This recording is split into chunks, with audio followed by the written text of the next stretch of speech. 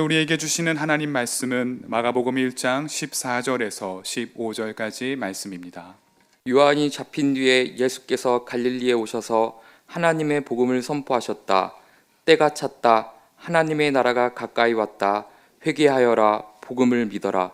이는 하나님의 말씀입니다. 우리의 생각을 뛰어넘는 놀라운 은혜로 우리와 함께 하시는 주님의 은총이 교우 여러분 모두와 함께 하시기를 빕니다. 계절은 청명절기에 접어들었고요. 누가 뭐라 그래도 명실상부한 봄이 되었습니다. 우리의 마음에도 이 청명한 봄의 기운이 가득 차올라서 우리 모두가 봄의 사람이 될 수 있으면 좋겠습니다. 봄의 사람, 시적 표현처럼 보이지만 다른 것 없습니다. 자기 속에 있는 맑고 깨끗한 것들을 한껏 피워내고 또 누군가에게 다가가 그 사람 속에 있는 선의 가능성을 일깨우는 삶, 이것이 봄의 사람이 아닌가 싶은데 우리 인생의 목표 그렇게 잡아보면 어떨까 싶고 청명 계절의 우리 신앙생활의 목표, 봄의 사람이 되는 것, 이렇게 한번 생각해 보는 겁니다. 때때로 살면서 우리의 마음속에 들이우는 어둠과 우울, 그림자 이런 것들이 있는데 그것들이 맑은 기운에 의해 쫓겨나고 밝은 하늘바람이 우리에게 불어오기를 소망합니다. 오늘 본문 말씀은 요한이 잡힌 뒤에 시작된 예수님의 공생애의 첫 장면을 기록하고 있습니다. 세례자 요한, 그는 정말 드라마틱한 인생을 살았던 분입니다. 그는 한마디로 거칠 것 없는 야인이었습니다. 야인이라고 하는 말은 그가 제도권 속에 편입되기를 거부한 사람, 단호하게 권력의 자리에 서기를 거부한 사람, 바로 그가 야인일 겁니다. 그는 그렇기 때문에 거칠 것 없었습니다. 지켜야 할 자기가 없었고 또 붙잡고 싶은 자리가 없었기 때문에 그는 거침없이 하나님의 입이 될 수 있었던 것입니다. 그의 삶은 심플했습니다. 심플했기 때문에 힘이 있었습니다. 그는 유력한 사람들의 눈치를 보지 않았습니다. 그렇기에 그의 메시지는 강력했습니다. 그는 사람들의 마음속에 도사리고 있는 탐욕과 위선을 가차없이 폭로했습니다. 그는 세례를 받기 위해 자기에게 나오는 바리새파 사람들과 사두개파 사람들을 바라보면서 그 유명자한 사람들을 바라보며 어이쿠 오셨습니까? 그러지 않았습니다. 이 독사의 자식들아, 누가 너희를 가르쳐 장차 다가올 진노에서 피하라고 하더냐? 이렇게 이야기합니다. 야인이기에 할 수 있는 말이었던 것입니다. 그리고 세례자 요한은 사람들에게 진정한 참회를 요구했습니다. 진정한 참회란 그저 하나님 앞에서 나의 지난날의 삶을 후회한다고 눈물 흘리는 게 참회가 아닙니다. 진정한 참회란 삶의 방식을 철저히 바꾸는 것입니다. 회개한다는 게 뭔지를 묻는 요한의 사람들에게 요한은 그렇게 대답했죠. 세리들은 정한 세 이상을 받지 않는 것, 이것이 회개라고 얘기합니다. 다시 얘기하면 세리가 되었든 경제인이 되었든 부당한 욕망을 버리고 자기에게 주어져 있는 힘을 자기의 사적 욕망을 위해 써서는 안 된다는 것이었습니다. 군인들도 역시 마찬가지입니다. 군인들 혹은 정치인들, 그들에게 위임되어 있는 권한을 가지고 자기의 이익을 위해 활용해서는 안 된다고, 그것이 참회라고 이야기합니다. 그럼 우리는 뭘 할까요? 일반 사람들이 묻습니다. 세례자 요한은 말합니다. 옷 두 벌 있는 사람은 없는 사람에게 나누어 줄 줄 아는 것이 회개입니다. 이것이 아주 심플하게 드러나고 있는 회개에 대한 세례자 요한의 가르침입니다. 그렇게 살 생각은 없으면서도 욕심의 길로 달려가면서도 하나님을 믿는다고 말하고 예배 때마다 와가지고 눈물을 흘린다고 해서 그게 참회는 아닙니다. 그것은 참회처럼 보이지만 허위 의식인 경우가 아주 많이 있습니다. 예수님은 그렇게 강렬한 메시지를 바라고 있는 세례자 요한을 바라보면서 그는 타오르면서 빛을 내는 등불이라고 말했습니다. 그는 타올랐습니다. 자기를 태웠고 그리고 허섭 쓰레기 같은 사람들의 군더더기들을 남김없이 태우는 존재였습니다. 그렇다고 해서 세례자 요한이 안하무인격으로 무례한 사람도 아니었습니다. 그는 자기의 한계를 명확하게 알고 산 사람들입니다. 요한을 통해 나타나고 있는 다양한 역사적 현실을 바라보면서 많은 사람들은 이분이 약속됐던 메시아가 아닐까 하고 생각하고 요한에게 다가오지만 요한은 단호하게 얘기했습니다. 나는 아니다. 조금의 유보도 없이 나는 아니다. 그는 자기의 한계를 매우 분명하게 자각했고 그것을 명료한 음성으로 사람들에게 선언했습니다. 그럴 수 있었기 때문에 예수님은 세례자 요한을 가리켜서 여자가 낳은 사람 가운데 세례자 요한보다 더 나은 인물은, 큰 인물은 없었다라고 평가하셨던 것입니다. 세례 요한은 아주 철저하게 자기의 소명이 있다고 한다면 메시아 오실 길을 닦는 것이라고 말했습니다. 메시아 오실 길을 닦기 위해 그가 했던 것은 무엇입니까? 그릇된 선민의식에 사로잡힌 채 삶의 변화 없이 내가 구원받았다고 자부하고 있는 유대인들의 선민의식을 가차없이 부수었습니다. 그리고 느른해진 사람들의 마음을 일깨웠습니다. 우리의 삶이 하나님 앞에 있는 삶임을 일깨웠고요. 무기력에 사로잡힌 사람들에게 역사의 꿈을 어떻게 꿔야 하는지를 일깨워 주기도 했던 것이죠. 그는 권력자들의 비위를 맞출 생각이 조금도 없었습니다. 그 때문에 그는 거침없이 권력자들을 비판했고 그 결과는 우리가 다 아는 바와 마찬가지입니다. 권력을 가진 사람들은 자기들을 비판하는 사람들을 견딜 수가 없어 합니다. 그 때문에 세례자 요한도 사로잡혀 감옥에 갇혔습니다.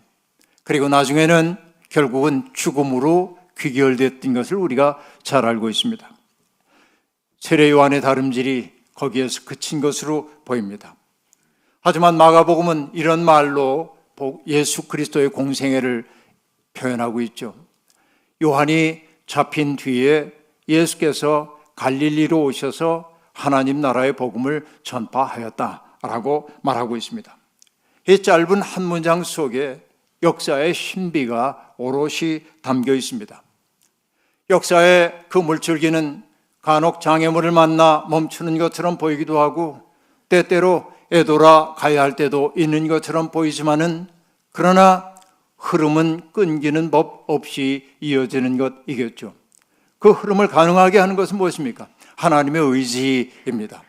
하나님의 역사를 섭리하고 계시기 때문에 때때로 그 흐름이 끊긴다 해도 그 흐름이 잠시 돌아가야 한다 할지라도 그 흐름은 끊어지는 법이 없다라고 말합니다.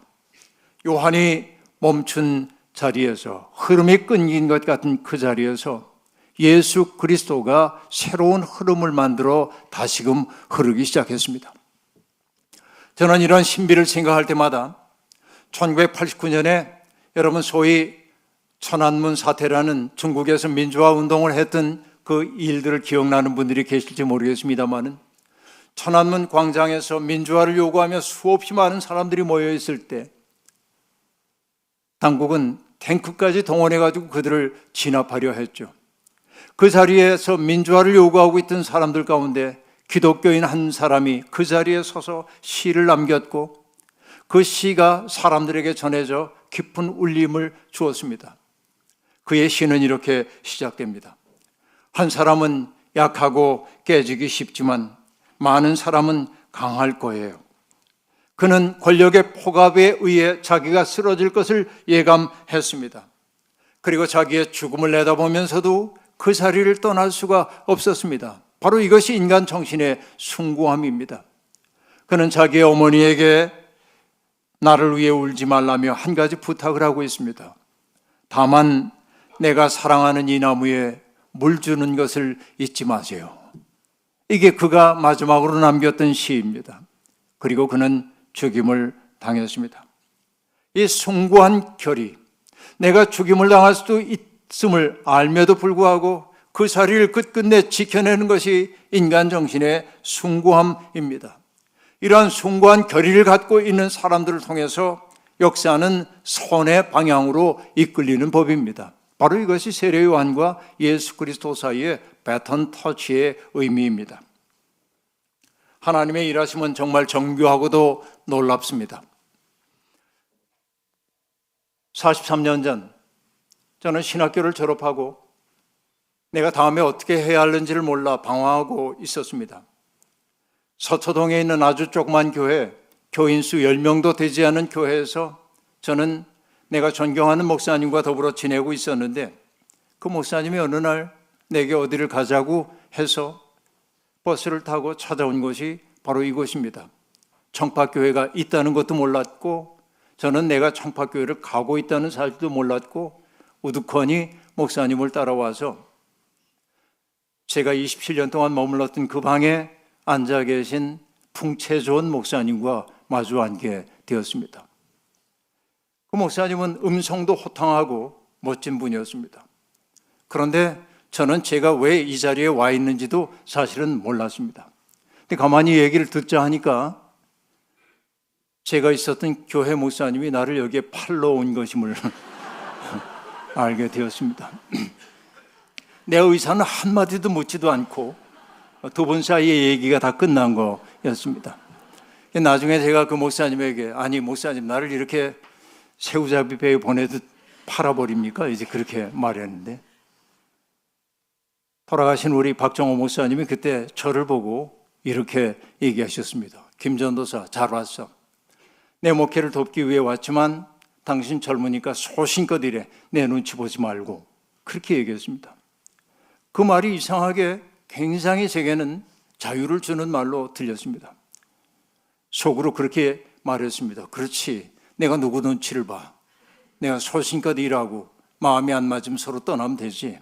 그래서 잠시 동안 이곳에 머물기로 작정하고 저는 이 교회에 1981년 4월 6일 처음으로 전도사로 부임했습니다. 오늘이 4월 7일이니까 43년하고 하루가 되었네요. 잠시 머문다고 한 세월이 이렇게 긴 세월이 되어버리고 말았습니다. 상투적인 말로 지나온 세월을 돌아볼 생각은 없습니다. 하지만 돌아보니 발자국마다 은총이었네 라고 고백했던 이현주 목사님의 그 고백이 나의 고백임을 실토하지 않을 수가 없습니다. 저는 매 순간 자유롭게 내 인생을 선택하며 여기에 왔다고 여겼지만 살아온 발자취 돌아보니 내가 자유인 줄로 알고 선택했던 그 모든 것들이 일종의 필연임을 지금서 느끼게 됩니다. 저는 이렇게 살 수밖에 없었던 일종의 필연 속에 있었다는 말입니다. 저는 모세가 하나님의 뒷모습을 보았다는 말을 그렇게 이해합니다. 하나님이 내 앞으로 오실 때는 하나님 알아보지 못합니다. 언제나 하나님에 대한 경험은 사후적으로 반성적으로만 우리에게 느껴질 뿐입니다. 돌아보니 하나님이 저를 이끌어 오늘까지 오셨습니다. 아브라함 여수와 헷셀의 이야기를 저는 종종 하곤 합니다. 하나님의 선율은 스타카토와 같아서 여간 주의하지 않으면 그 선율을 알아차리기 어렵다고 얘기합니다. 그렇습니다. 하나님은 때때로 내게 오롯이 현존하기도 하고 때때로 부재한 것처럼 느껴지기도 했습니다. 그러나 돌이켜 그 역사의 지점들을 연결해 보니 하나님이 저를 연주하고 있었음을 느낄 수 있게 되었습니다. 제게 담임 목사직을 물려주면서 박정호 목사님께서 회한에 찬 음성으로 하신 짤막한 한마디가 쟁쟁하게 울려 나옵니다. 김 목사, 나는 지난 27년 동안 무엇이 기독교가 아닌지를 가르쳤어. 한국교회가 기독교 아닌 것을 기독교로 믿고 있는 현실을 아파하며 하신 말씀입니다. 그리고 회한에 찬 말씀을 그 다음에 하셨습니다. 그러나 기독교가 무엇인지는 가르치지 못했어. 이게 은퇴하시는 목사님의 자기 반성이었습니다. 그리고 그것은 동시에 후임이 된 제게 주는 일종의 소명이기도 했습니다. 저는 생각에 생각을 거듭했습니다. 그렇지. 예수 믿고 구원받았다는 사람들은 많은데 주일마다 예수 그리스도의 보혈의 공로가 우리를 구원한다고 말하고 있는데 그렇게 고백하는 사람들의 삶이 일상 속에서 조금도 변화되지 않은 까닭은 뭘까? 그것은 내가 믿는다고 말하면서도 여전히 믿음 아닌 길 속에 있기 때문이 아닐까? 구원받았다는 자부심은 있으나 구원받은 삶이 나타나지 않는다고 한다면 우리는 여전히 역사의 수동적 객체일 뿐이구나 하는 생각을 하지 않을 수 없었습니다. 그리고 복음서를 묵상해 가면서 저는 두 가지의 구원받은 사람의 삶이 나타나야 하는 내용이 있다고 확신하게 되었습니다. 하나는 생명이고 또 하나는 평화입니다. 예수님은 요한복음 10장에서 말씀하셨죠. 나는 양들이 생명을 얻고 또 넘치게 얻게 하기 위해 왔다. 당신이 이 세상에 살아가는 그 삶의 모든 순간은 생명을 풍성하게 하기 위한 것임을, 일그러진 생명을 온전하게 만드는 것임을, 우울에 빠진 생명들을 명랑하게 일으켜 세우는 것이 당신의 소명임을 주님은 선언했습니다. 바로 이게 예수의 길이라고 한다면 예수 믿는 사람도 마땅히 그렇게 살아야 했죠. 그런데 그렇게 살게 될 때 내 마음속에 찾아오는 것이 무엇입니까? 그것이 바로 평화입니다. 그 주님은 말씀하셨습니다. 나는 평화를 너희에게 남겨준다. 나는 내 평화를 너희에게 준다. 내가 너희에게 주는 평화는 세상이 주는 것과 같지 않다. 너희는 마음에 근심하지 말고 두려워하지도 말아라 말씀하십니다. 저는 이 말씀에 사로잡혔습니다. 예수님의 발걸음이 닿는 곳마다 생명의 기적이 일어났습니다. 병든 사람들이 나았고 귀신 들린 사람이 온전하게 회복되었고 그리고 잔뜩 주눅 들었던 사람이 일어나 하나님 나라의 주체로 우뚝우뚝 서기 시작했습니다. 공포와 절망과 두려움이 사라졌고 그래서 그들은 생명의 노래를 부르기 시작했습니다.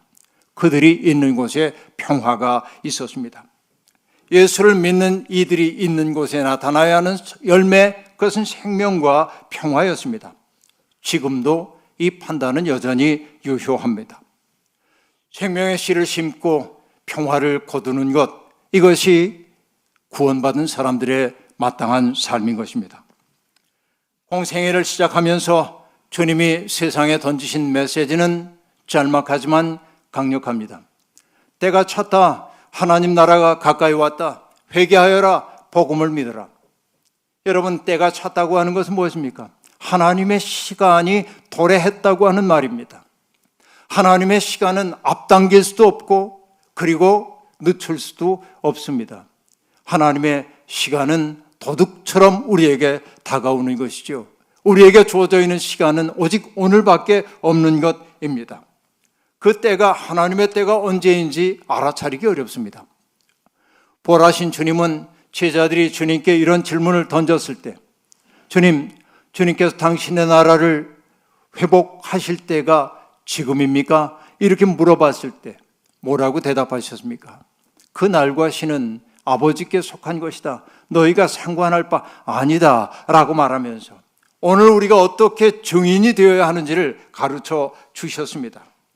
여러분, 그러나 하나님 나라라고 하는 것은 레디메이드로, 기성품으로 우리에게 다가오는 것 아닙니다.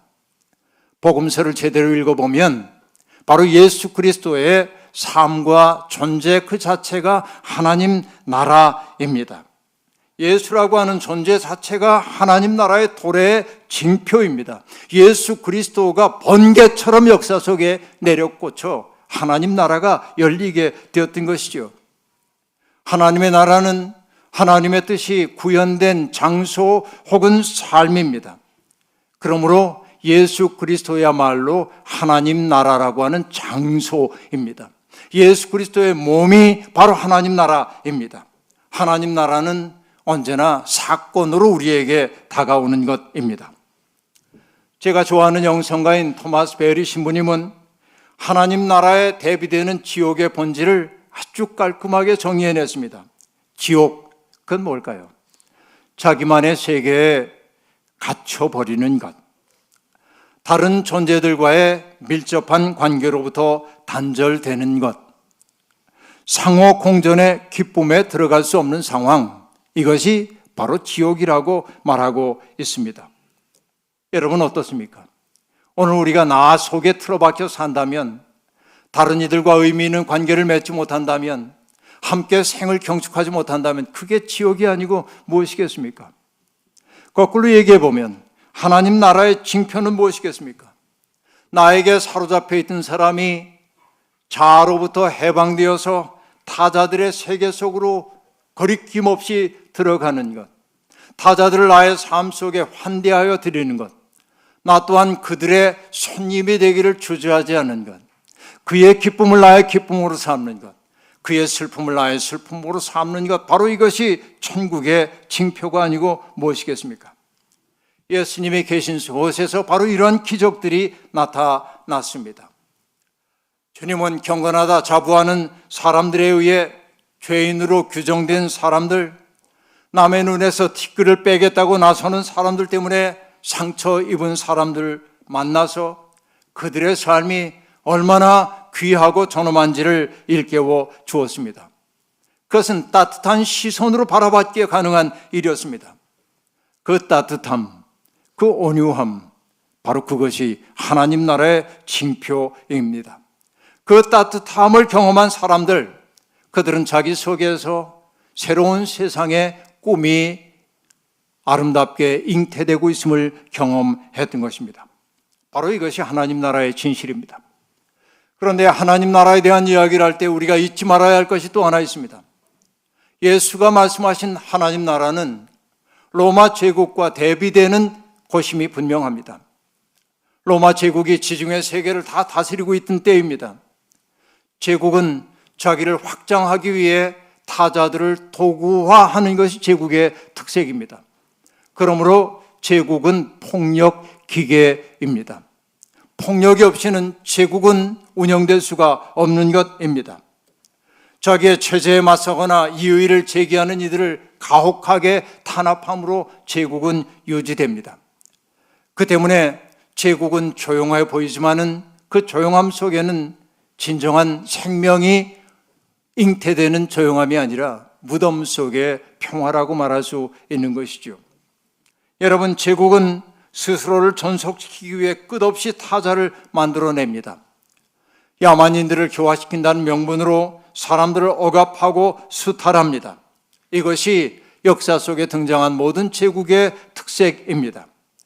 한마디로 제국은 자기의 확장을 위해 다른 이들을 수단으로 삼는 데 주저함이 없습니다. 이것은 모든 인간이 하나님의 형상대로 지음받았다는 성경의 가르침에 위배됩니다. 우리가 정말 하나님을 믿는 사람이라고 한다면 우리는 제국을 해체해야만 합니다. 예수님이 가르치신 하나님 나라는 역사의 수레바퀴에 치여 신음하고 있는 사람들, 힘 있는 사람들에 의해 주변으로 내몰린 사람들을 포용하는 세상입니다. 기득권을 누리고 있는 사람들은 자기들과 좋은 것을 나누기 위해 누군가가 다가올 때 그들을 가차없이 밀어냅니다. 나의 말쑥한 삶을 불편하게 만드는 사람들, 바라보는 것만 해도 마음이 불편해지는 사람들을 제거하고 말끔하게 지움으로 자기들의 아름다운 삶을 보장받고 싶어 합니다. 바로 그것이 지옥입니다. 그러나 우리가 압니다. 바로 그런 이들과의 대면을 꺼리는 것이 곧 그들을 하나님 나라로부터 멀어지게 만든다는 사실 말입니다. 주님은 그래서 세리와 장녀들이 오히려 너희보다 먼저 하나님 나라에 들어간다 말씀하셨던 것입니다. 가까이 다가온 하나님 나라에 들어가는 사람들은 어떤 사람들입니까? 앞서 얘기했죠. 회개한 사람들입니다. 회개에 대해서는 제가 깊이 얘기하지 않겠습니다. 앞서도 잠시 얘기했던 것처럼 삶의 변화가 일어나지 않는다고 한다면 회개는 애상에 불과합니다. 기도회나 찬양 집회에 가가지고 눈물을 흘리고 있는 이들 덜어봅니다. 그것은 아름다운 모습이기도 합니다. 그러나 눈물 이후가 문제입니다. 눈물 이후에 그의 삶이 달라졌다면 그는 참다운 참회의 눈물을 흘렸다 말할 수 있겠죠. 그러나 눈물을 흘림으로 자기 정화는 했는지 모르지만 여전히 일상 속에서 그의 삶이 조금도 바뀌지 않았다면, 여전히 자아를 중심에 놓고 살고 있다고 한다면 그는 참회를 값싼 은혜로 만든 사람일 뿐 진정한 참회에 이른 것은 아니다, 이렇게 말할 수 있겠습니다. 우리가 그럼 참된 회개에 이르렀다는 징표는 무엇을 통해 알 수 있을까요? 여러분은 회개한 사람 맞습니까? 회개했다고 하는 건 뭐냐?